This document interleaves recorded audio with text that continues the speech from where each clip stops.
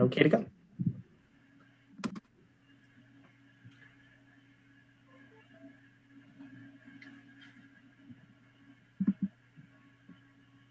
All right, you're live, okay to go.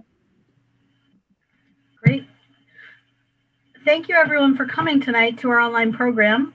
This is a collaborative effort between the Peabody Institute Library, the Peabody Health Department, Peabody Family Health Center, and PeabodyTV to help our community learn about the COVID-19 vaccines and how to be vaccinated. My name is Bryan, and I work for the Peabody Institute Library. We are grateful to the wonderful presenters who are here tonight, who will help us by providing credible medical information about the COVID-19 vaccines. It is our hope that this information will help everyone understand the importance of becoming vaccinated and taking personal steps to put an end to the pandemic. We'd like to express our gratitude for the participation of some medical professionals from the area who will be helping us with this. Special thanks go to Dr. Elaine Chawi, the city physician for the city of Peabody. He is also the president of Family Medicine North and past president of Massachusetts Medical Society, as well as Dr. Laura Holland, MD. She is the co-CMO and medical director for North Shore Community Health.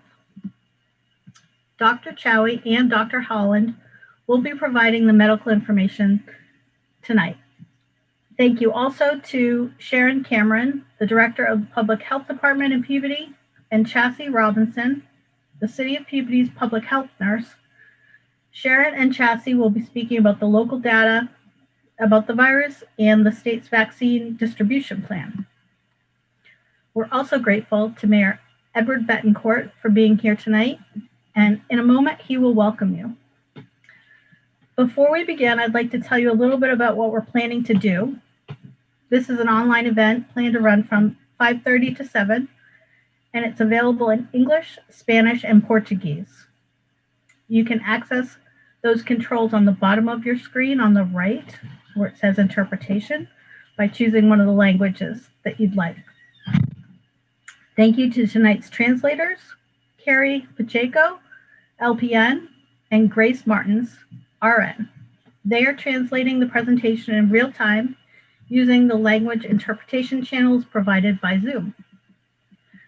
This program will be rebroadcast on PeabodyTV for those who want to rewatch it or for those who couldn't join us tonight. Thank you to PeabodyTV for their help in making this all happen. Our aim in providing the program is to offer information about the safety and efficacy of the vaccines that are available to combat COVID-19. In the program, we will share some local data related to the COVID-19 virus, talk about how vaccines work to protect the body against infection, learn how vaccines are developed and tested to ensure their safety, and explain the state's strategy for vaccine distribution. In addition, we will answer the commonly asked questions that were submitted when people registered for tonight's program. And at the end of the program, we will open it up to other questions. In order to hear the presenters clearly, we have muted all attendees to alleviate background noise. And when it's time to ask questions, we ask that you please use the Q&A feature that is located on the bottom of the screen to type in your question. We will address all the questions that we can as time permits. And so with all of that being said, I'd like you to please help me in welcoming Mayor Edward Betancourt to kick us off. Thank you. Great, thank you, Christy. Great job. Hi, everyone. I hope everybody at home is doing well. Your families are doing well. And I'm very happy to be here tonight with all of you for this important presentation. Certainly, it's been a very difficult time for all of us, so many challenges that we've all faced in so many different ways as COVID has just dominated our lives for coming up on a year now. And I know so many of you have questions, looking for information, trying to determine what the right information is. And that's what we wanted to do today, is to try to provide credible information to all of you from our team of experts that we have tonight to talk about testing, to talk about vaccinations, talk about how it works, the effectiveness, all the important things that I'm sure you're thinking about every day. We have an excellent team here in the city of Peabody, an excellent panel tonight that will be speaking. And I also wanted to make some thank yous to a number of people tonight. First and foremost, I want to thank our health director, Sharon Cameron, her Board of Health team in the city of Peabody that has just done a tremendous job for us for the past year. Chassie Robertson, our city public health nurse, Brenda Wolf, our school nursing director, and all the nurses in our community that have just done a terrific job.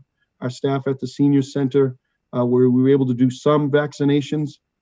I certainly was a little frustrated. I think the city of Peabody can play more of a role in doing vaccination, but right now it's looking at going in a different direction, but we will be ready should that change. We have an excellent team here. I wanted to thank the great Dr. Alan Chawi, who's been just terrific for us as our city physician. And also want to thank those sponsoring the event today, our library, the Public Peabody Institute Library, and the Peabody Family Health Center, as well as PAT, who's been a terrific partner for us during these difficult times in COVID, trying to get information out to everybody. And a special thanks to Grace Martins and Carrie Pacheco for doing the interpreting to our Portuguese and Spanish communities, which is very important to get the word out as best we can. I have not been vaccinated yet, but I will 100% get vaccinated when my time comes, when I'm eligible. I will 100% get vaccinated. My wife works at a local hospital, and she has been vaccinated, as well as my father, who is a disabled veteran, and he was able to get his shots through the VA in Bedford. I think it's important to get, and I feel very comfortable getting the shot because I think of my family and I think of my workplace. I did have COVID a couple of months ago, a few months ago, and actually went through my whole family, my wife and my 4 children. And it was a scary time, certainly. Thankfully, we did not have real serious symptoms, but it was certainly a very concerning time, caused anxiety, caused stress, caused some frustration, like I know all of you are dealing with right now. But it really drove home the fact that it's important to be vaccinated. And I intend to do that as soon as I said, as soon as I'm eligible, just to provide some comfort to my family, some relief, peace of mind. And I think without question, the research has shown that it is very effective and very safe. And I will be moving forward when that time comes. So I want to, again, thank everybody for joining us. Thank all the panelists that will be offering their words of wisdom and talking about where we stand and try to answer all these questions that all of us have. And I'm looking forward to the evening. And I wish, again, everybody a very safe time. I feel like there's a light at the end of the tunnel here, but still a lot of work ahead of us. So thank you for letting me be a part of it. And I'm looking forward to the presentation.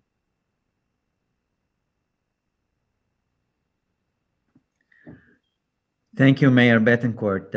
My name is Alan Chawi, and I am very honored to be here with you tonight and this wonderful team. I got vaccinated. I took my second vaccine 2 weeks ago, Monday, and I chose to get vaccinated because I feel this is my role is to help my family, my patients, and my community. And the more people that get vaccinated, the more we are close to getting rid of this virus.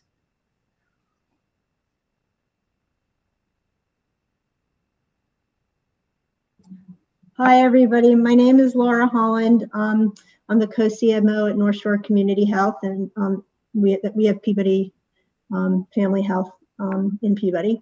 I chose to take the vaccine because I researched it and I looked into it. I read a lot about it. And at the end of all that time, I concluded that it was going to be a very safe and effective vaccine. And it was something that I wanted to protect myself and my family and my patients. I got the vaccine. We got it Christmas Eve. And if you show the next shot, this was a celebration in my office when the very first day we started vaccinating. We were so excited and just so happy that we were actually maybe going to see an end to this pandemic. So I think you can see the joy in all of our faces.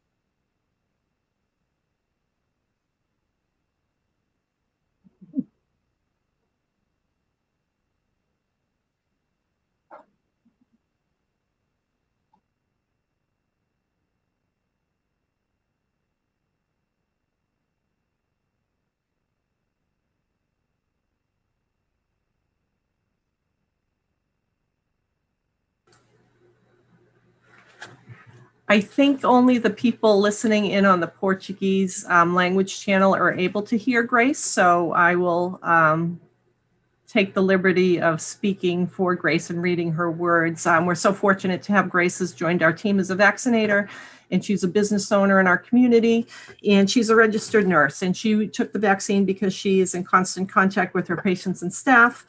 She's also in a high-risk category herself as a diabetic who takes insulin.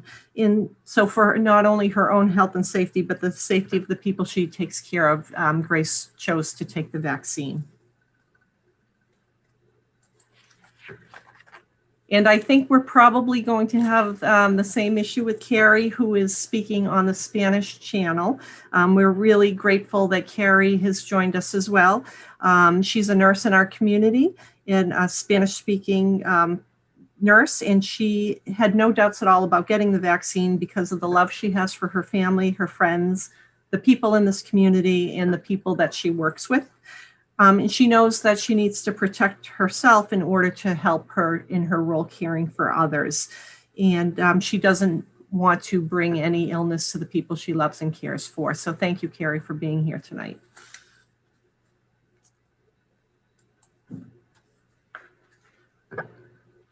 Hi, I'm Chassie Robinson. I'm the public health nurse for the city of Peabody, and along with everybody else, I also got vaccinated to protect myself, my family, and all of the people I interact with at work and at public vaccination clinics. I see it as a bit of community service. And I'm Sharon Cameron. I'm the public health director here in Peabody, and I did have the opportunity to be vaccinated because we are staffing both COVID testing sites as well as the vaccination centers. And I've done a lot of reading about the vaccine. I know it's really highly effective in preventing illness from COVID. But on a personal level, I'm just so excited to spend time with my extended family on the beach this summer. I can't wait to get back out when the community reopens. Some of its venues, performance venues, live music, those are some of the things I've been missing. And the sooner we get people vaccinated, the sooner we can all start enjoying those things we really love.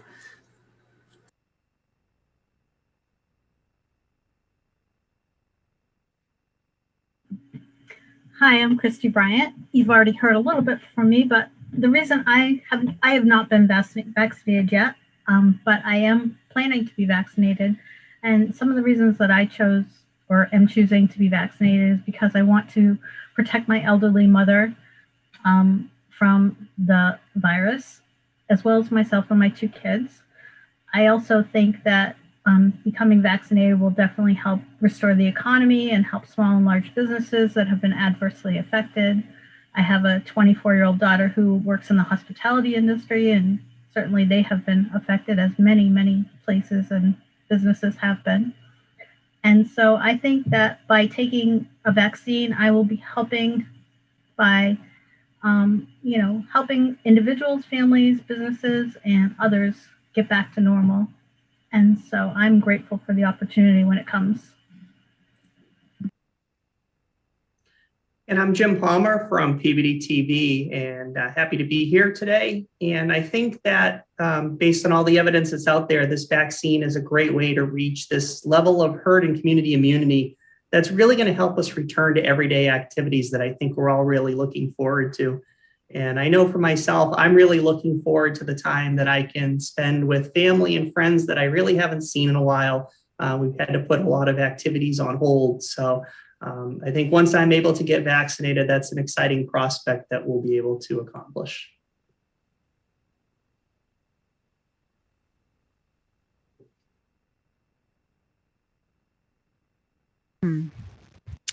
So I'm going to just give a brief overview of COVID cases in Peabody since the beginning of the pandemic.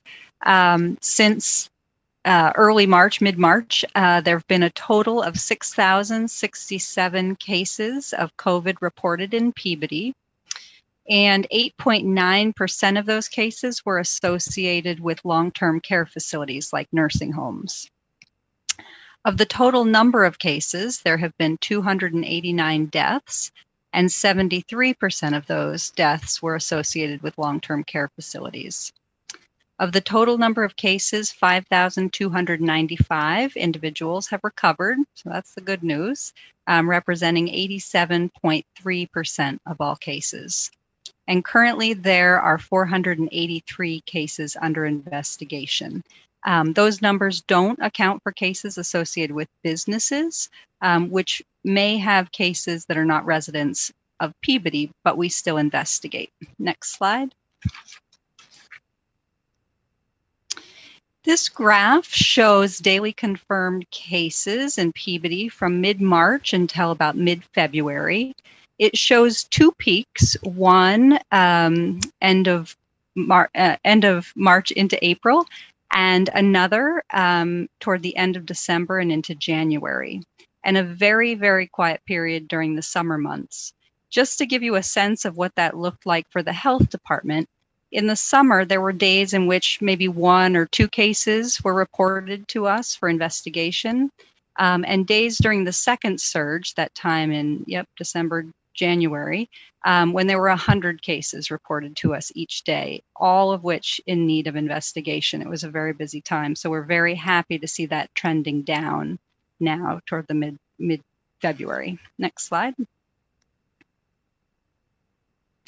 So this graph shows COVID deaths per age group and clearly shows that seniors over the age of 80 with COVID infection have experienced the most death as an outcome of infection, followed by the 70 to 79-year-old group and the 60 to 69-year-old group.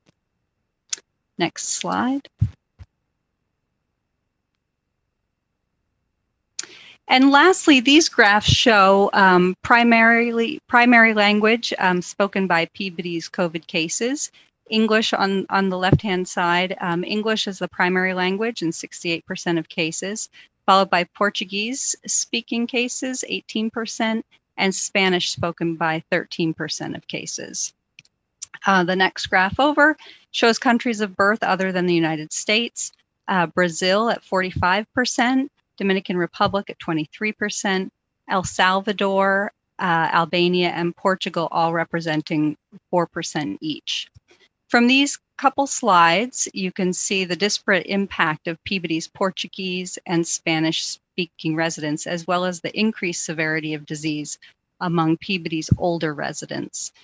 This data mirrors what we see among state trends and is reflected in the vaccine priority groups set forth by the state. Next slide.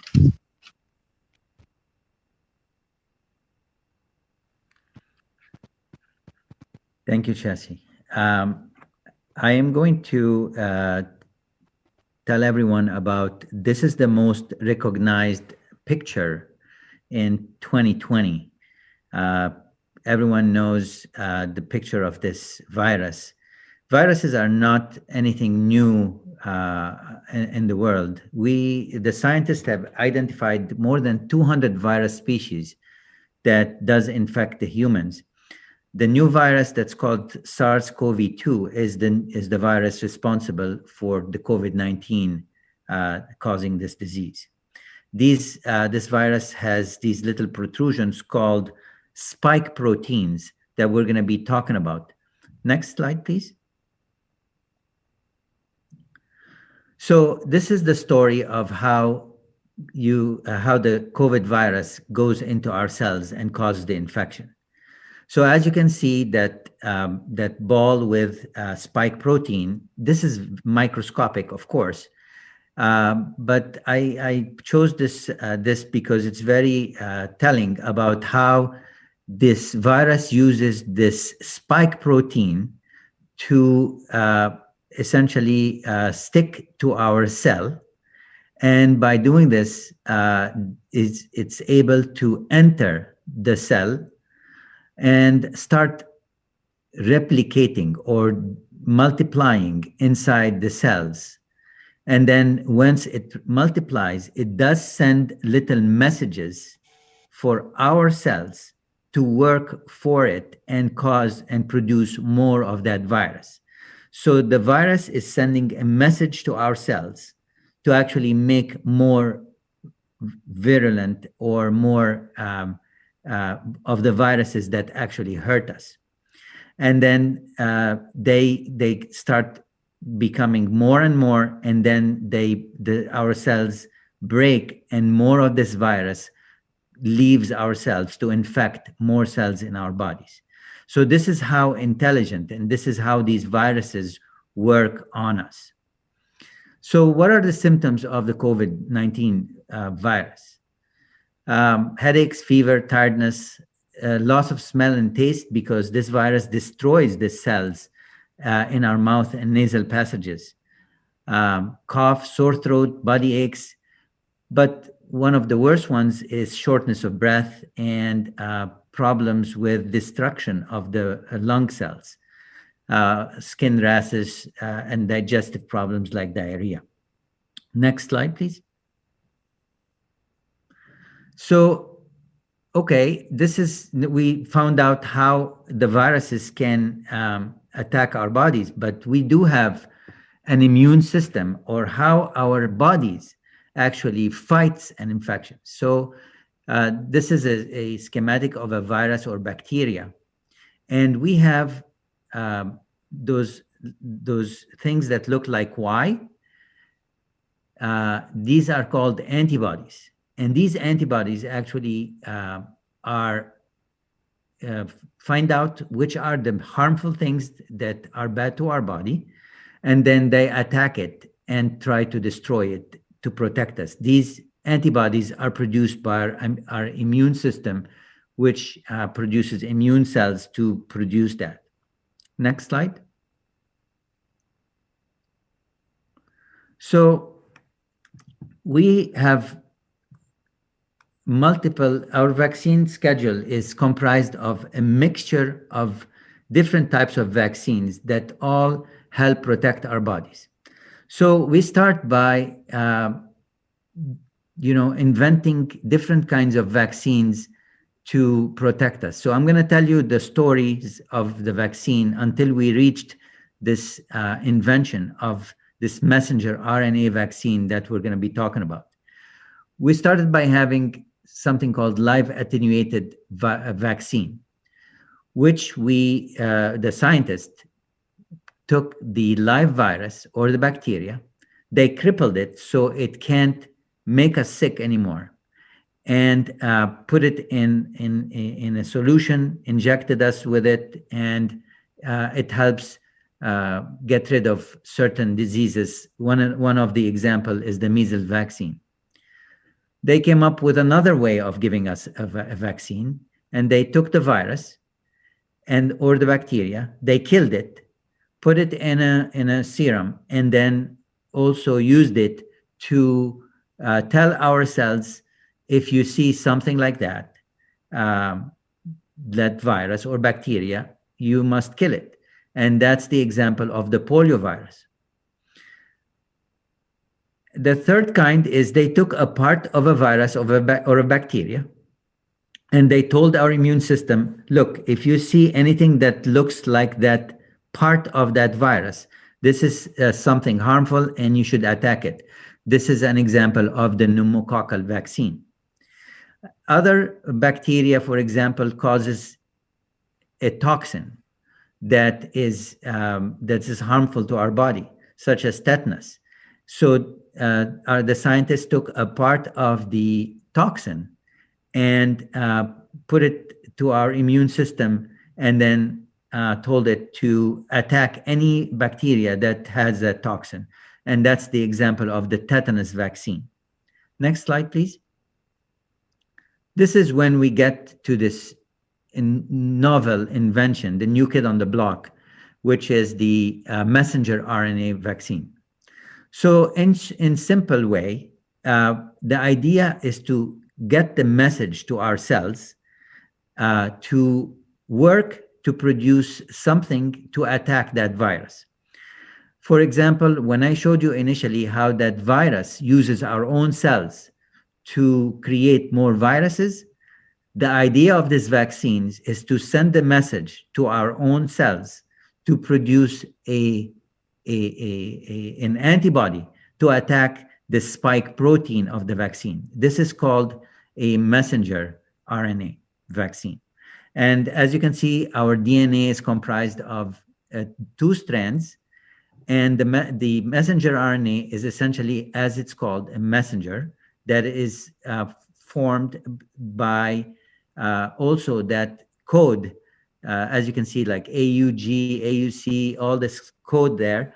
That's the code that our cells understand, and they take it and they form this antibody against that virus. These are the examples of the 2 approved vaccines so far, the Pfizer and the Moderna vaccine. Next slide, please. So this is a schematic of how this vaccine has been formed and how it works.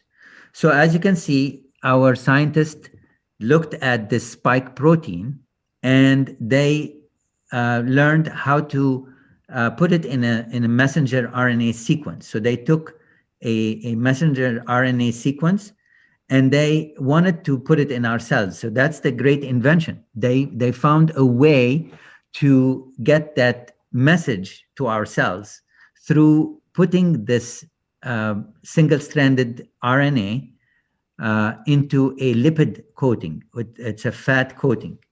And they put it in a vial, which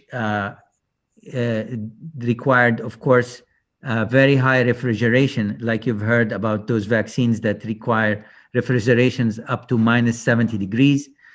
And then they get that serum, they inject it into our body. This messenger RNA goes into our cells, and then the cells learn how to produce those antibodies that looks like a Y and attack anything that looks like the spike protein. Next slide. So you've all heard about Mission Impossible. Now with this vaccine, it's Mission Possible. You've all watched the movies where the Ethan Hunt, recently played by Tom Cruise, gets the message: here is your mission, should you choose to accept it. So the messenger RNA vaccine contains that virus. It comes from our DNA, it goes into our cells, and it makes that protein. So it's like a message or an email or a recording sent to our immune system. It shows what the virus looks like, and then it creates those Ys, those antibodies that actually attack that virus and kills it. These are the instructions of how to kill it. And then, like a Snapchat or a Mission Impossible message, it self-destructs. Again, it's the same thing as Mission Impossible. This tape will self-destruct in 5 seconds. Done. So the message is in and out. So my point with this whole story is we never actually get injected with the COVID vaccine. That is the purpose of my story, is they don't put COVID in our bodies. This is a very, very smart and intelligent way that the scientists have perfected over the years. And it did not happen this year or the year before. Next slide, please. Some of the common questions are, was this vaccine rushed? Was this technology too new? Actually, no. This technology was discovered about 30 years ago. And in 2003, when we had an outbreak of the SARS, they started working on that idea. And after COVID-19 came in December of 2019, the scientists again were able to take that DNA sequence, the AUG, the code that I was talking about, and they actually shared it globally, because they thought the more scientists that have an idea of how to do this, the better. About a month later, they were able to find out and isolate that code for the spike protein, and they started making sure that it actually is the right code to get rid of that spike protein. This would normally take years and years and years, and because of all the unprecedented funding and resources and cooperation that worked globally around the world, the scientists were able to come up with this vaccine. Next slide, please. So how do we know if this vaccine is safe? So I'm going to talk a little bit about the importance of being, open about how trials happen. Small people get the vaccine to receive at the beginning. This is the phase 1 studies.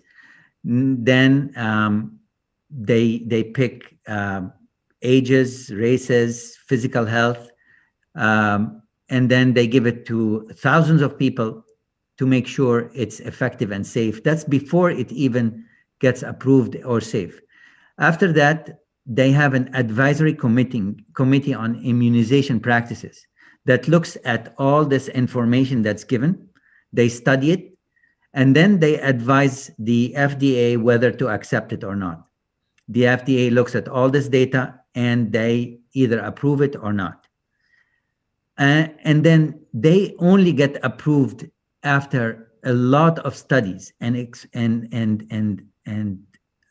data is actually mined and expert work and experts look at it. Next slide. So I'm going to talk a little bit about this Pfizer trial. So this is a trial of the phase 3 trial where they gave 43,000 people that volunteered. They blinded them. That means that they never told them whether they're getting the vaccine or saline. They also blinded it to the researchers and the patients. That means that neither the vaccine givers nor the patients knew what they were given. Next.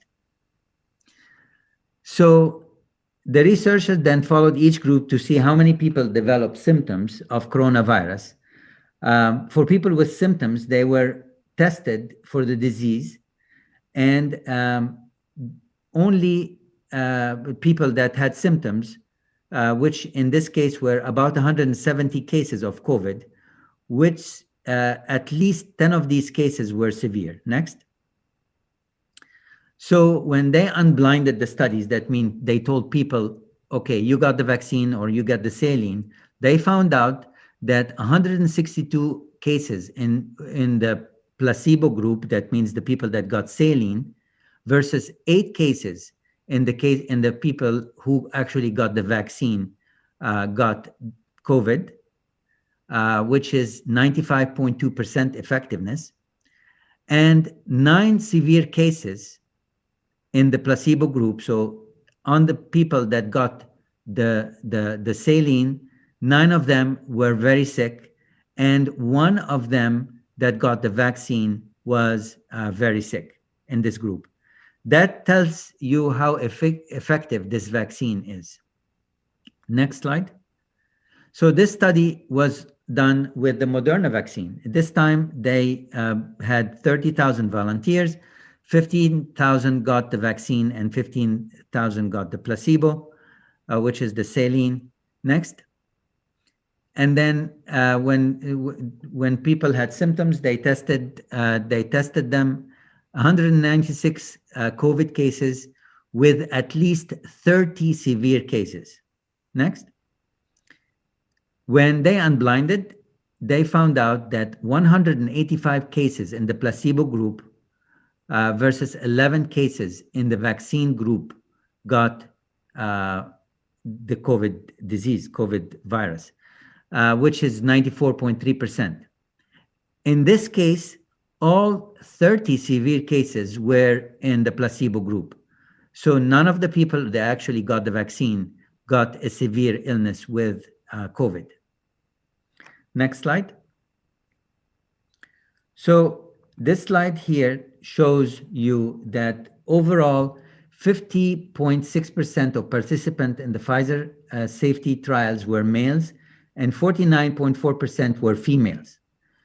83% were white, 9.1% were Black or African American, 28% were Hispanic or Latino, 43% were Asian, and 0.5% were American Indian or Alaska Natives. And there has been no studies in people who are pregnant or lactating. Next. This is again with the Moderna, 47% females, 53% males. And then as you can see, the distribution in the other participants and ethnicity and gender. Next.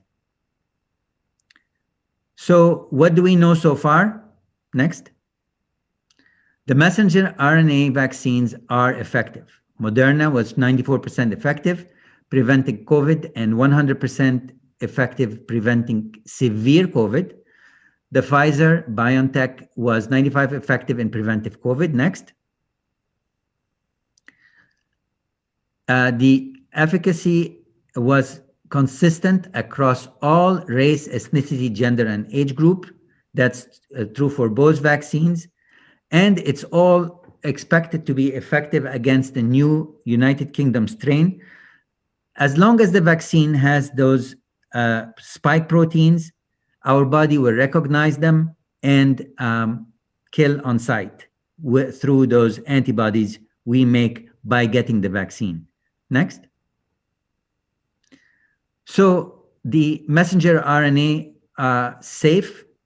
The most common side effect are minor, mild injection site reaction, headache, fatigue, arthralgia, myalgia, and fever. When I got my first shot, I had a little bit of pain in my left arm, and that went away within a day or two. The second time when I got the second shot, the side effects are a little bit more frequent. I also got a little bit of pain at the injection site. The next day, I felt a little tired. I felt achy, but after that, I was feeling fine.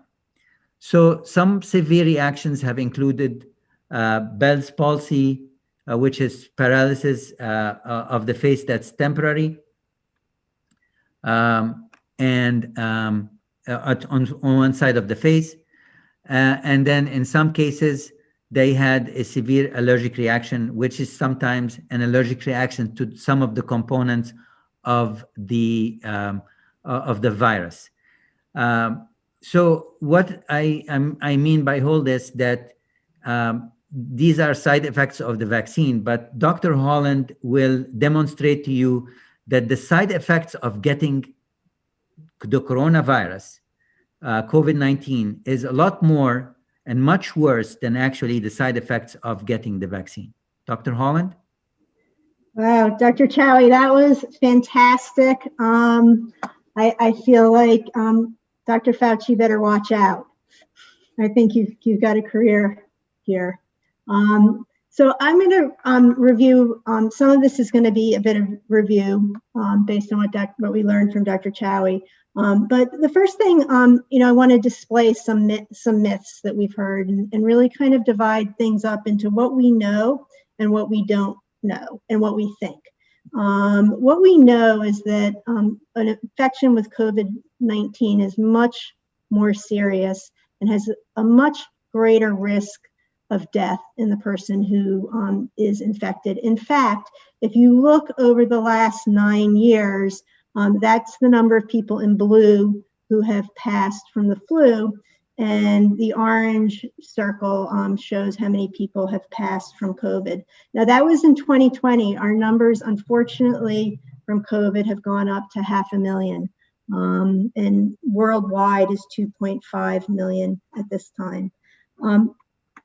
The other thing to distinguish the flu from COVID, the average efficacy of a flu vaccine in combating or preventing you from getting the flu is about 40%. These vaccines, as Dr. Chawi showed, are on a whole different level. 94, 95% is a level that we have not seen for vaccines against the flu. Next slide. This is a very busy slide, but I think it's important for people to understand that on the left are conditions that that are listed from the CDC, and you can see these conditions on the CDC website. And the CDC is telling us if you have one of these conditions, and certainly if you have two of them, you are at an increased risk of doing poorly if you get COVID. More recently, we're using this list in anyone who's over 65, who has two or more of these conditions on the left. They are now eligible to get the COVID vaccine because of the risk. These lists are not static, they're changing as we learn more. In fact, pregnancy, which is on the right list, which means it might be at an increased risk for severe infection, is now on the left. It is considered a risk for doing poorly if you have an infection. Next slide. All right, so the long-term effects of COVID. We hear a lot about people in the intensive care unit and people who are very sick at home. But what we're learning more and more in the medical community is there's this phenomena of long-term complications. About 10% of people who've had COVID experience really prolonged symptoms. A recent study showed about 45% of people who've had COVID 2 to 3 weeks later still do not feel like they're back to baseline. And another study showed that people who are hospitalized and not even ventilated, but in the hospital, 87% of people 2 months later still felt ill. So there are people who are asymptomatic. There are people, someone here tonight shared, who had a scary but relatively minor course for himself and his family. But there are people who continue to combat kind of long-term problems from a COVID infection. Next slide, please. So the vaccine side effects we've heard, injection site pain, fatigue, headaches, muscle pain, joint pain, fevers, chills. These are very, very common. When I got my COVID vaccine, the first one I did fine. The second day I felt pretty crummy after the second vaccine, but I kind of talked myself into the fact that this means that my immune system is working. It's making antibodies against the spike protein. So I was, really very happy to put up with some of the side effects, and they are relatively short-lived. I think Dr. Chawi reviewed, there are very rare cases of serious side effects that we saw when during the studies, when the vaccines were being studied. Now that the vaccine is out in the real world, what we can say is there's no difference in serious adverse effects that's based on race or ethnicity. And we are seeing an anaphylactic reaction, which was not really seen during the study, and we'll talk about that in a further slide. Next slide, please. So along the lines of kind of what we know and what we don't know, not getting the vaccine will not change anybody's ability to stay in the United States, getting a green card or getting public benefits. No matter what immigration status is, it's important for everybody to consider getting the vaccine, and certainly to be safe from COVID-19. You can get the vaccine if you don't have insurance, if you don't have a driver's license, or if you don't have a social security number. None of those things are barriers. Next slide, please. So I mentioned the serious allergic reaction, and what we know now that the vaccine is being widely dispersed, 5.5 out of every 1 million doses, a person will have a serious anaphylactic reaction. So that's about 1 in 100,000 people. You can compare that to a penicillin an anaphylactic reaction to penicillin. About 1 in 5,000 people will have an anaphylactic reaction to penicillin. So this is not a common thing. The other thing is, so an anaphylactic reaction is very serious. It's something that people may know about if they have a peanut allergy. You carry an EpiPen to treat it. And this is why when we give the vaccine, if you've had a history of anaphylaxis, we're actually going to watch you for 30 minutes after your vaccine. If you don't have a history of it, we'll watch you for 15 minutes. And then you want to kind of look at the risk of getting the vaccine, the 1 in 100,000 risk of having an anaphylactic reaction, and the risk of 1 out of every 1,000 people who get COVID in the United States pass away. So it's a risk-benefit ratio that you're looking at. Next slide, please. All right, so what do we know about the long-term safety about COVID? Dr. Chawi did say that did explain that this technology is not completely new. There was an outbreak of MERS in 2013, and there were 1,280 participants who received the vaccine, and it was an RNA vaccine, and there were no long-term severe side effects reported. But this vaccine has not been around a long time. And so how do we make a decision? I think I looked at for me personally, I looked at the science and I felt comfortable. Science is something that makes me feel very comfortable. I hear from my patients, some of my patients who are vaccine hesitant, and I'm very respectful of their hesitancy, because one of the things that keeps coming up, I treat patients with opioid use disorder, is my doctor told me that these pain medicines were safe and that I could take them. And he promised me that they were safe and told me to take them. And I took them and I got sick. I developed addiction. So, at that time, physicians were not given the right information. We were misled. I think that in this case, with the whole world looking, I don't feel that this is the same situation at all.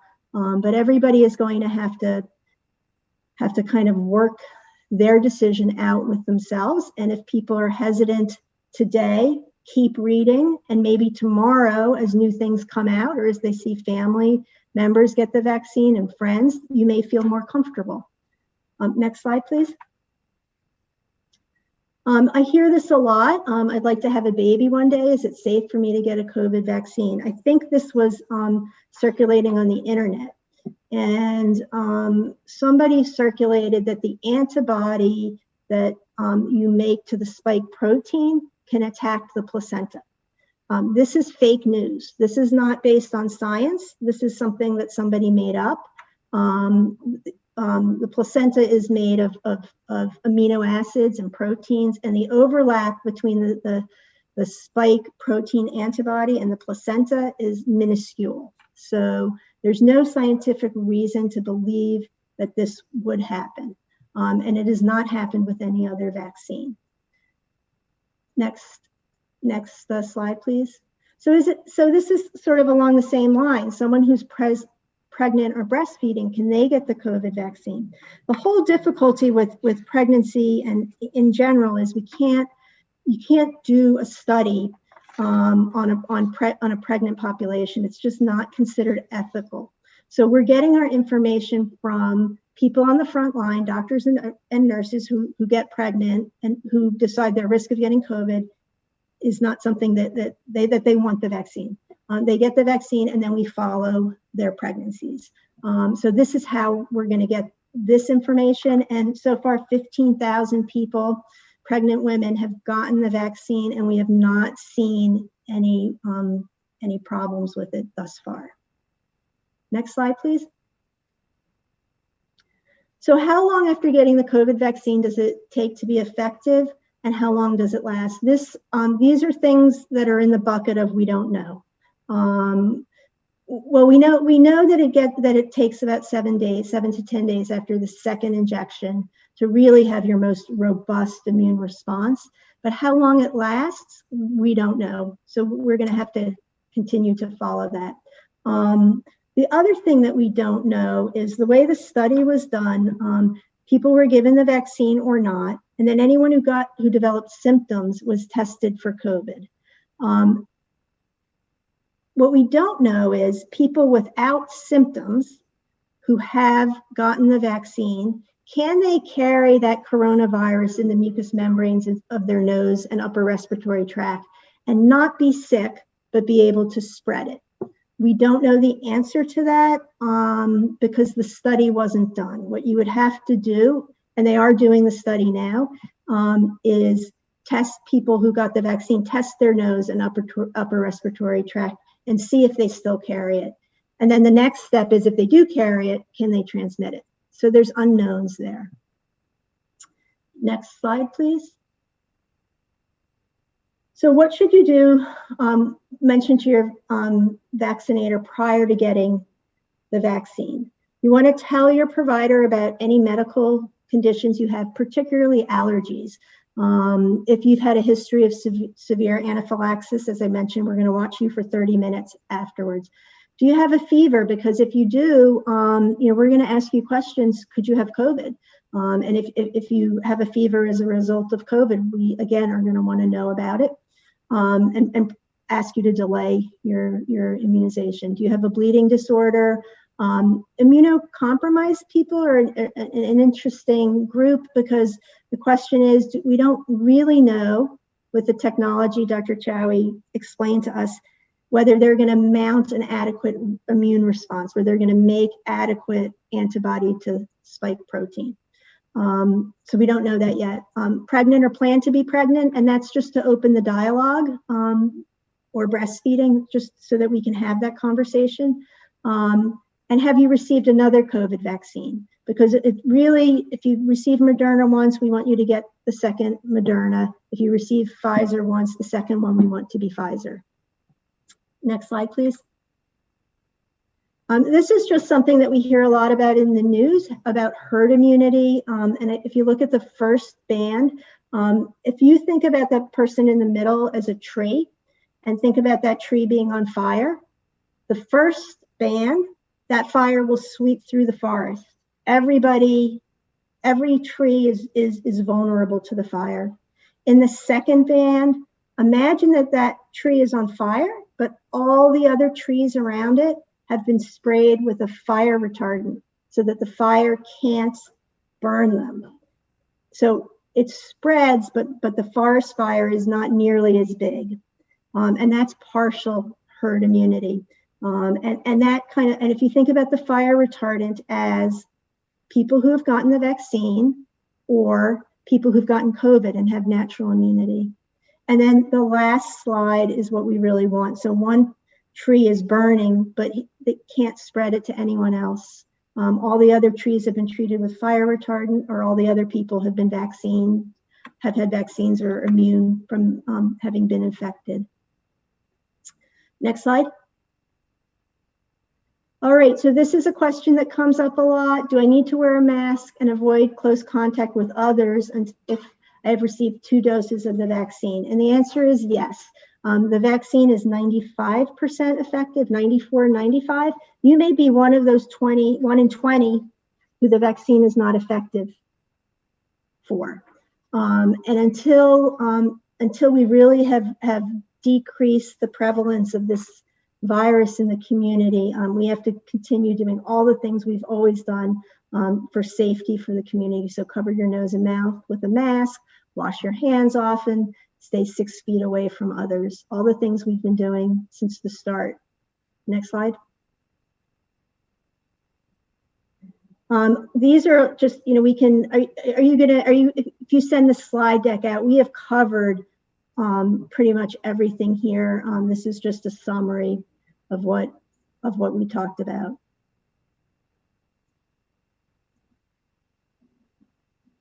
And then when will I be able to get vaccinated? So we are Massachusetts Department of Public Health, as you know, is giving us the priority list of who gets vaccinated when. The federal government has left it up to every state to decide the priority. So that is the website that you can go on to see when you are eligible. And I think with that, I'm going to pass it on. And happy to answer questions at the end. And thank you, Dr. Holland and Dr. Chawi. That was really helpful information about how the vaccines were developed and lots of great information about the safety and efficacy. I know a question that's on a lot of people's minds is understanding how and where they can become vaccinated. So we wanted to spend some time at the end of the presentation talking about the state's vaccination plan. And as Dr. Holland has said, the state does have a statewide plan to deliver vaccines, and all cities and towns are required to follow that plan. And it's important to recognize the plan really prioritizes groups based on protecting our most vulnerable residents, making sure that we remain capacity in the healthcare system to address all the other healthcare needs that all of our populations have, and also to make sure that we try to mitigate the inequities that we've seen. If you think back to the slides we showed at the beginning of the presentation where we showed the disparate impact of the COVID-19 burden on particularly our communities of color, and here in Peabody on our Spanish-speaking and Portuguese-speaking residents, you can see there's been some disproportionate impacts on those residents as well. So the state's plan really tries to address those inequities and protect the most vulnerable. One of the things that's been really challenging for people is that right now the vaccine supply is constrained. And that means there's not enough vaccine to meet all the demand for vaccine at this moment in time. There is some good news on the horizon, which I'll talk about. I do think the supply of vaccine will be increasing in this state in the near future. But right now we are in a situation where we don't have as much supply to meet the demand that's out there at this particular moment. Right now, the state's plan calls for most of our population to be vaccinated at either mass vaccination sites or on pharmacies. And part of the reason for that is the mass vaccination sites are very large sites and they have the capacity to handle large numbers of people in a very efficient manner. Part of the reason they are relying on pharmacies is because every community has pharmacies embedded in the communities, and it is really thought that that's a place where residents know where to go. No matter which community you're in the state, you're probably close by to a pharmacy. There are obviously other types of providers that have a role to play, but the state is not seeing them as the primary sources to distribute vaccine. And some of those providers are really important providers. Our hospital systems, our primary care providers and community health centers, those are some of the most trusted sources of information, and some of the most important relationships that our residents have are with their doctors that they have been seeing for many years. And then, of course, local boards of health. We have an important role to play as well. None of those other providers right now are being prioritized to receive vaccines from the state. Right now, they're asking us to focus on filling in gaps. For instance, I'll talk about the local board of health gap. They're asking us to focus on serving residents who may be homebound, and also our first responder community and senior citizens who live in low-income senior housing. Those are the groups they've asked us to really focus on, and they're providing us vaccine for. I think it's important to point out that the state's vaccination plan is really, it needs to be flexible by design, and it does change as more vaccine becomes available. For instance, a few weeks ago, the state informed most hospital systems and most doctors' offices, as well as local boards of health, that they were going to stop providing vaccine for us to distribute. But then today they have now, because we've got a little bit more availability, they have now restored the provision of vaccine to hospital systems. And many people today are starting to receive emails from their doctors' offices that might be affiliated with those hospital systems saying, we have a limited quantity of vaccine. We're going to start offering vaccination slots to our patients. So I know it's really challenging for people not to have kind of a solid plan in place right now for where they can get the vaccine. I guess part of the message we want to get out is that there's a big network of possible providers that may be able to offer vaccination. And we encourage people to really utilize all of those avenues to try to explore opportunities to be vaccinated. So Dr. Holland referred to this distribution timeline. This is the state's priority phases. They've set up 3 phases for who will be vaccinated. And within each of those phases, there are different priority groups. So we've gone through phase 1. Phase 1 was primarily healthcare providers, first responders, and those folks who are living or working in congregate care settings like a shelter or correctional facilities. So that's where we started. We have not finished phase 1, and that's an important thing to recognize, is that we have moved ahead to different phases, even though people in prior phases have not completed, not all of them have had the ability to be vaccinated yet. So we've moved to phase 2, but we're not completely through phase 2. The phases that have opened up is individuals who are 75 or older. And then last week, the state opened up the next bullet, which is people 65 or older and people who have 2 or more health conditions that put them at increased risk for severe illness. So that's where we are now. Just this phase 1 group and these first 2 bullets of phase 2 represent about 1 million people in the state of Massachusetts who are now eligible for vaccination. The priority groups that will be coming up include essential workers in segments like education, food service, sanitation, public works, and then people who have one of those health conditions that put them at increased risk. So those phases are yet to come. And then phase 3 is basically when vaccine becomes available to people in the general public. And that phase is expected to be sometime around April. So I know people are very anxious to know when we'll be moving to the next priority group. And unfortunately, that's not an answer that we have. Generally, we're not given that information in advance. I think a lot of it is dependent on how much vaccine is distributed to the state. We generally find out about a move to the next phase at the same time all of you find out, which is by watching the governor's news conferences. We very rarely get advance notice about moving to a new phase. So here's another way of looking at the timeline. So again, everybody in phase 1 is eligible and has been since December. And the first 2 bullets of phase 2 are eligible. We don't know yet when we'll be moving to bullets 3 and 4 in this phase. But again, it's important to remember just these first 3 groups represent about 1 million people. And the state of Massachusetts as a whole is only receiving about 140,000 doses of vaccine a week from the federal government. So there's a lot of people vying for a limited quantity of vaccine right now.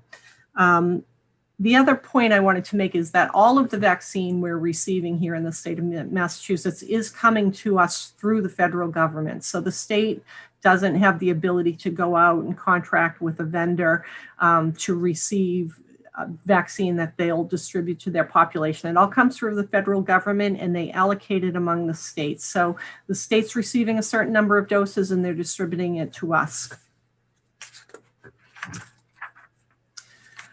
I wanted to go back. This is a slide that Dr. Holland showed earlier. These are the conditions that put you at increased risk for a severe outcome should you come down with COVID. And so these are the conditions that make you eligible to be prioritized for vaccination in the current phase. So I think there's a little bit of a misunderstanding. A lot of people think if they have medical conditions of any kind that they're eligible to be vaccinated in phase 2, but it's not a wide open list of conditions. It's really only this list of conditions that are known to put you at higher risk for a severe outcome. I wanted to show this slide because I know a lot of people, we get a lot of calls here at the Board of Health and a lot of people would like to be vaccinated. Locally, a lot of people get their flu shots from us every year. It's convenient. We really are pleased to be able to provide that service to our residents. We think it's an important role for the Board of Health to play. But the reality is this is what the state of Massachusetts gave us a few weeks ago. This little box here represents 100 doses of vaccine. And we've got about 19,000 people in the city of Peabody over the age of 60. So, many of them have underlying health conditions that would make them eligible for the current phase. So, somewhere between 15 to 19,000 people in Peabody who are currently eligible to receive vaccine. And this 100 doses is what the state was giving us every week, not every day. Once a week, we would get 100 doses. We're no longer even receiving that amount because, as I mentioned, the state is redirecting their vaccine allocation to the large mass vaccination sites as well as to pharmacies. So we are no longer even receiving 100 doses a week. The only doses we're receiving are doses to allow us to complete that second vaccination for people who received their first vaccination to us. I know that's really frustrating news, and that's not the news you want to hear, and that's not the news that I want to give you. But I do want to give some more positive news as well. We know that both Moderna and Pfizer, which are the two vaccines that are currently approved, have told the federal government that they have got the capacity to increase their manufacturing, and they expect to actually double the amount of vaccine that they manufacture in the month of March. So we expect that we'll be seeing more vaccine come into the state of Massachusetts. And you may have heard that there is a third vaccine, a Johnson & Johnson vaccine, that is very close to being approved and may actually be approved by the end of this week. And that vaccine only requires one dose. So if that vaccine gets approved, that's a third vaccine that's now available, and those doses are expected to be distributed very shortly after approval. So I do think that looking out a few weeks, we'll have much greater availability of vaccine, and we are hoping, and I know all the boards of health and all the municipal executives, including our own mayor, have been quite vocal to the governor's office that we really have an important role to play here at the local level to meet the need of our community. And we're really hoping that the allocation of vaccine that comes to us increases over the coming weeks. But where we sit now is we've got 1 million people in the state looking for about 140,000 doses. And the governor has told us that it may take people up to a month to be able to secure an appointment for vaccination. So I think it's important for people to keep that in mind, that this really is there will be the need for patience throughout this process until vaccine is more widely available. So let's talk about where you can get vaccinated. The first place I would direct you, the state has set up a web-based system for people to secure vaccination appointments. And all of the providers that we've talked about, all of the mass vaccination sites in the state, all of the pharmacy sites, they can all be searched through the state's website, which is vaxfinder.mass.gov. And you'll be able to go to that site and see which sites have availability of vaccine and which sites are already filled. I know there's been a lot of concern about the way that website operates, and we have been assured that they are upgrading the features of that website to make it more user-friendly. For instance, one of the functions they'll be adding is a waiting room function, so that if you find a venue that's got availability and start entering your information to register, nobody will have the ability to get in there more quickly and grab that slot for you once you've kind of tentatively started registering for it. So that's one of the fixes that will be coming. So we will be posting these slides on our website, so people will be able to go ahead and copy these URLs so you can find the information. There are also mass vaccination sites, 6 mass vaccination sites in the state. The closest one to us is at the Doubletree Hotel on the Danvers-Middleton line. And here is their direct link to register for their vaccination. So you can find it either through VaxFinder, or here is a direct link. The Doubletree, this site opens up, actually all the mass vaccination sites in the 6 of them throughout the state, they all open their whole bank of appointments on Thursday mornings for the next week. So today is Wednesday. Tomorrow morning, the governor expects about 50,000 new appointments to be available for next week, and people will have the ability to start registering for those appointments tomorrow.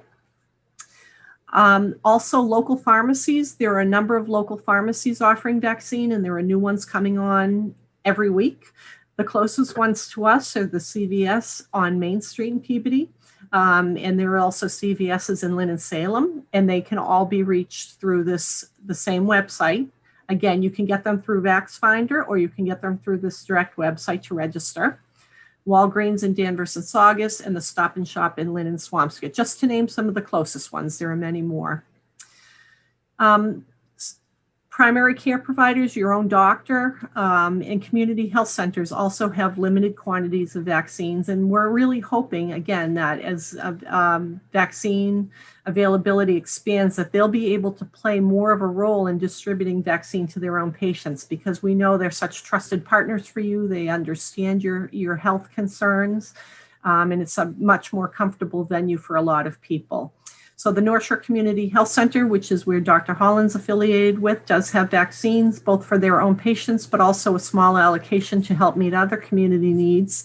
And people who are veterans are able to be vaccinated through the VA hospital in Bedford. And they have made some appointments available, not just at their site in Bedford, but also locally. They have been offering vaccination at the clinics being held in Lynn. So the phone number to reach them is here on the slide as well.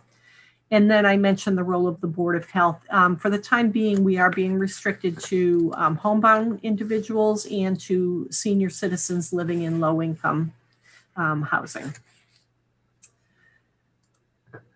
Okay, so I wanted to talk about support for people who need assistance with registering for appointments, because we know not everybody is comfortable with using the website. Not everybody has access to a computer or to the internet. The state has set up a 211 call line to assist people with registering for appointments. They do have translation capabilities available. They have operators live who speak English and Spanish at all times, but they also have the ability to get translators who speak 100 other languages. So that's a great resource. The Peabody Council on Aging is also a resource for our senior citizens, and they are able to assist people with booking appointments. And North Shore Community Action Programs, which is based right here in Peabody, has also recently set up a call line to assist people with booking appointments. And they also are staffed with Medical Reserve Corps volunteers who do speak other languages as well. I wanted to point out that these resources are for people who don't have internet access or can't use a computer, or they may have language needs that prevent them from using the online tools. There is no dedicated bank of appointments that these call lines have access to. When you call one of these lines, they have to go through the same web portals that you would go through to search for open appointments. So they don't really have any inside track to getting you vaccine. So when we tell these, say that these resources are there for people who need assistance, the resources are really there for people who don't have the ability to navigate the online system. They're not for people who just haven't had luck finding an appointment through the online portal. So we really would ask you to reserve those resources for the people who need them, because they're not able to navigate the online systems themselves.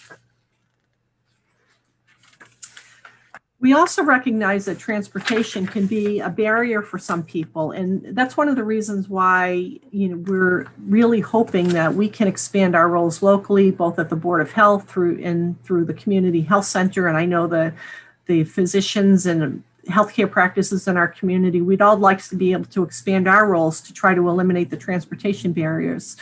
But there are other supports that are in place. For those of you who have Mass Health as your insurance, Mass Health is now providing free transportation to vaccine appointments to anybody who's got any type of Mass Health coverage or the health safety net. So this includes people with Mass Health Limited, the Children's Medical Security Program, and the Mass Health Family Assistance. And you can request those services by calling their customer service line. You do not have to request those services through your healthcare provider. So it's a little bit of an easier way to get access to that resource.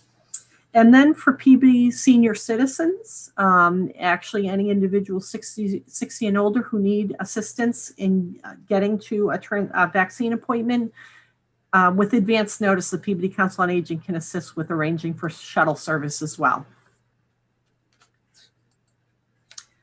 So I wanted to show you what to expect when you come to a vaccination clinic. These are pictures taken from one of the clinics we held at the Council on Aging a few weeks ago. But many of the mass vaccination sites look very similar. You come in, you'll be greeted at a registration table. You'll be directed to a vaccination station. At our clinics, we have nurses at all of our vaccination stations, but at some clinics, they may have trained EMTs in addition to nurses. You'll be vaccinated, and then you'll be directed to a waiting area where you'll be observed by medical professionals, either for 15 minutes, or as Dr. Holland said, if you have a history of allergic reactions, you'll be asked to remain for 30 minutes. Nice and spaced out so that we've got social distancing in place, plenty of people to answer questions. Grace Martins, who's on our call with us tonight, is one of our nurses who staffs our clinics, and she speaks Spanish and Portuguese. We really want everybody to feel welcome and to know that they'll have the ability to ask questions and get answers in a language that they feel comfortable with.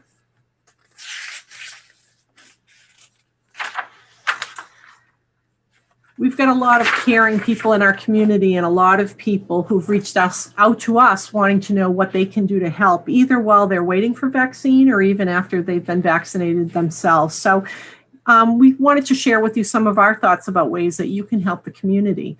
One of those ways is to really adhere to the priority groups and not sign up for a vaccine until you're eligible. It's important to remember that those eligibility groups were really set based on the susceptibility and the vulnerability of different groups to either have a greater risk of exposure to the disease or having a higher likelihood of a more severe outcome to the disease. And that's why those priority groups are there. So we really ask you to help us maintain the integrity of that system and wait until it's your turn in the priority groups to sign up for a vaccine. If you have the ability to help your friends and neighbors who might need help with registration, that would be a great service to provide. As Dr. Holland mentioned, it's really important that we continue the good habits you've all become so accustomed to over this past year. Like limit activities that are in higher risk and closed environments, continue to practice social distancing and good hand hygiene, and really stay home, even if you have very mild symptoms. A lot of people with COVID have mistaken their symptoms maybe for an allergy or something else. So if you're not feeling well, please stay home. If you do end up being exposed to somebody who had COVID and you receive a call from a contact tracer, that's one of the roles that we play at the Board of Health. Our public health nurses conduct contact tracing, and they would call you and they would try to help understand who else may have been exposed, and we'll be asking you for information. We really encourage you to cooperate with those contact tracing efforts and with any requirements to isolate or quarantine if you've been exposed. That means you're staying in your house until you're no longer infectious and no longer have the ability to potentially expose others in the community. We get a lot of requests from people who would like to volunteer to assist at our vaccination clinics, and we love volunteers. We use a lot of volunteers. And all of our volunteers need to be registered through the statewide Medical Reserve Corps. So the link to register for that is at massresponse.org.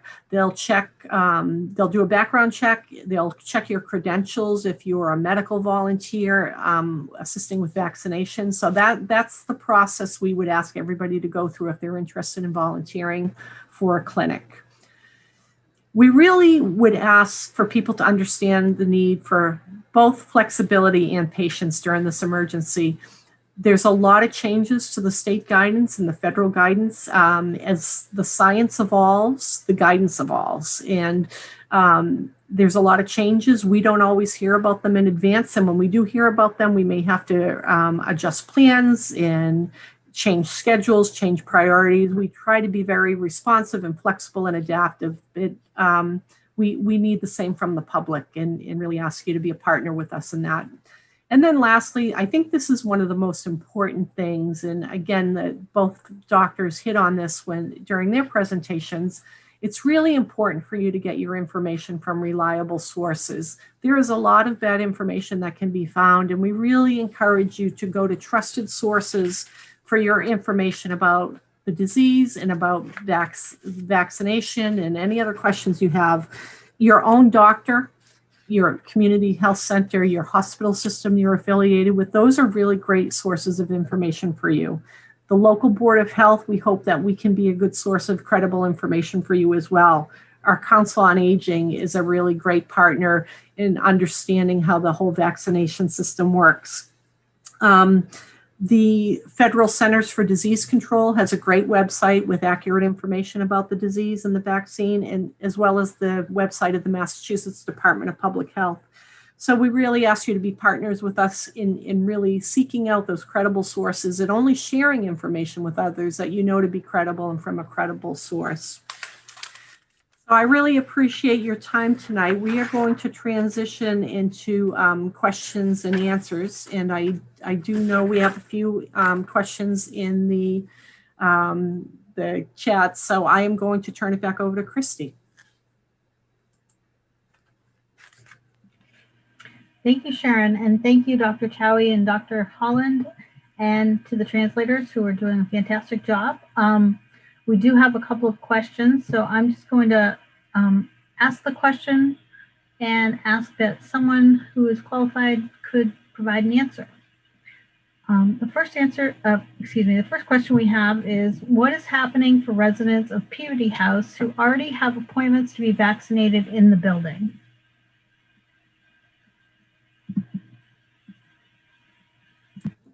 I'll answer that one.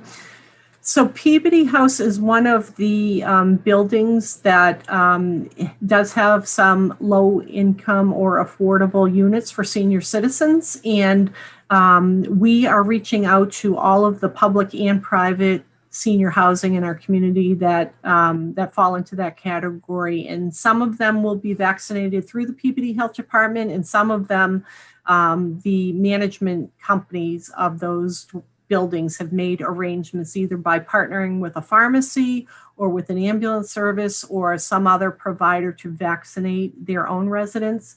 And it's our understanding that the Peabody House has made those arrangements to vaccinate their residents with a different clinical partner, not working through us. So that would be the expectation, that if you already have an appointment because you live in Peabody House, you should keep that appointment. Thank you, Sharon. That was great. Another question that we just got was, will these slides be on a website? I'll answer that one as well. Yes, these slides will go up on the City of Peabody website, and it probably won't happen tonight, but it will happen tomorrow, so the peabody-ma.gov website will have the slides, and I would imagine the library will put the slides up on their website as well, and we will certainly make them available to the other presenters on the panel tonight if they would like to have the slides on their own websites. They'll be available there as well.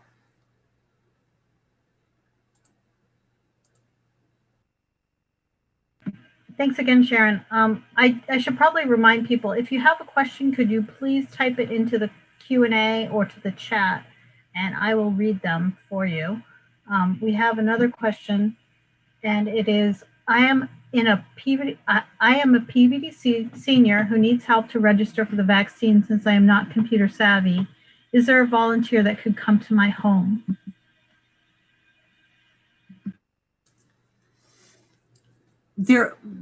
We don't have the ability to do home appointments for people who need help with registration, but if you are able to call the Peabody Council on Aging, they will be able to have trained counselors who can work with you over the phone to register you for an appointment.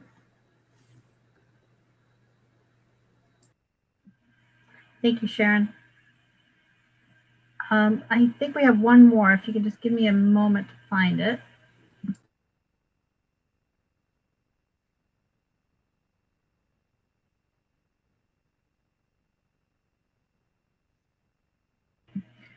Okay, the next question is, if you have increased risk, how do you prioritize yourself? Maybe one of the physicians could weigh in on that, please. So the governor had mentioned that when you believe you have any two of the conditions that we mentioned earlier, you are eligible to get the vaccine and you can register, and essentially you will mention it to the vaccinator, and essentially it is by the honor system. You do not need to have documentation of this of these conditions. It is the honor system according to Governor Baker.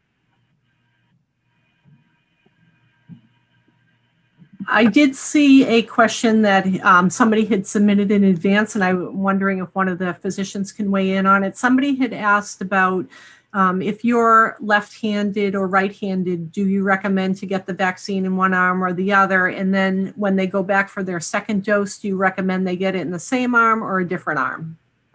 Well, I can answer that. There's no data on that. Somebody had suggested if you like to sleep on your right side, get the vaccine on your left side, because most people really do have discomfort on their arm. I personally chose to have one. I switched arms, so the first vaccine was on one side and the second was on the other, but it wasn't based on any data. How about you, Dr. Chawi? I got both on the left hand. I'm a righty. Thank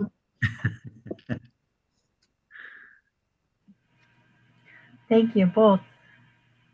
There's another question, and it is, who determines which vaccine is used? And please repeat the life expectancy of the vaccine. So what we get is determined by the state, really. They asked us, where I work, are you able to handle the cold conditions, the cold chain for the Pfizer vaccine? You need very, very special conditions, and they come in a very large amount, to which we said no. So we get Moderna, but for places that can handle Pfizer, my understanding is you get what you get, and there is no choice. I agree with that. Yeah. And so the Moderna, once you open a vial, you have 6 hours in which you have to use it. And it's like gold. You don't want to waste it, even a drop. So. Thank you. There's a follow-up question, and it says, how can my risk speed up my appointment? I think it's in relationship to the earlier question about having comorbidities and your place in line.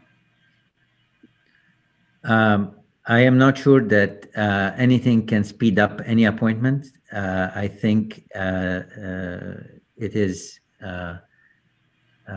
by you as soon as you register, you put yourself in line, and then you take your turn in line. I don't know of any condition or any way anyone can speed up their place in line.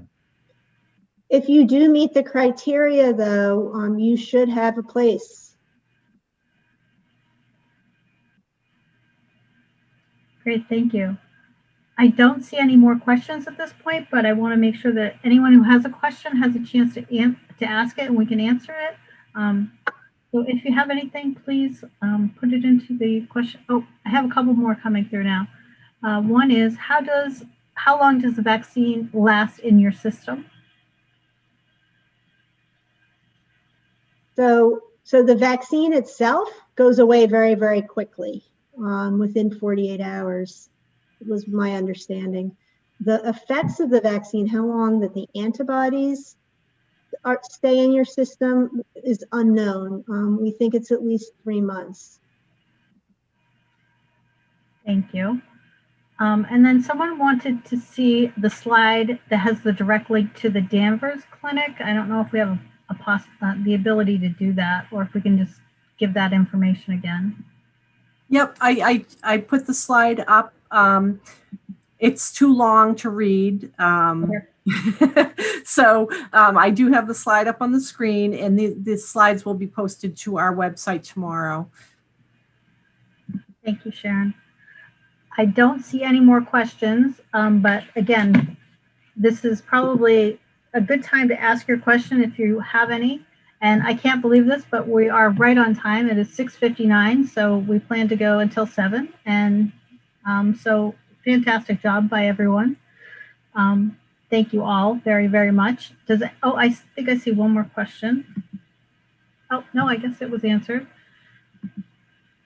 One more minute, I guess. So why don't we just give it a second in case someone has something they're typing? Or is there anything that any of the presenters wanted to say before we close?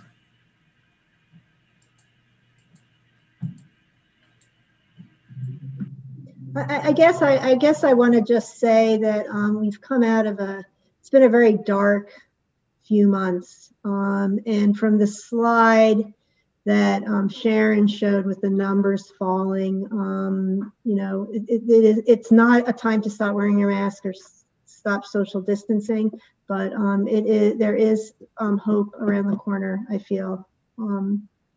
So that's just, I don't know if everyone on the panel feels that way, but I certainly do. I agree. I think when you showed that slide about herd immunity, that brought a lot of hope. The more people get vaccinated, the more we get that herd immunity, and the more we can go back to our normal lives. And yes, there is light at the end of this tunnel, and together we can do it by participating and doing our part. Do your part, get vaccinated. And that seems like a great note to end on. So thank you to all the panelists for your time tonight. And thank you to all of you who participated. We really appreciate that you took time out of your day to educate yourselves. And we really hope you all have the opportunity to get vaccinated very, very soon. So thank you. Thank you. Thanks.